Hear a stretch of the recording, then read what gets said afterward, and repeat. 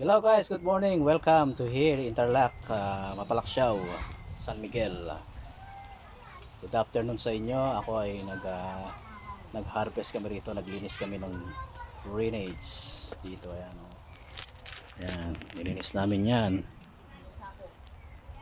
para maging gumanda naman dito sa gilid namin. Dahil nung isang araw pinasok kami ng ahas dito. Nagwo-worry ako. May mga maliit pa kaming anak. Kaya baka pag natutulog kami biglang pumasok ulit. Ang technique lang pala kasi yung mga nakaraang araw may mga daga dito sa labas. Yung pala yung kinakain ng mga ng mga ahas.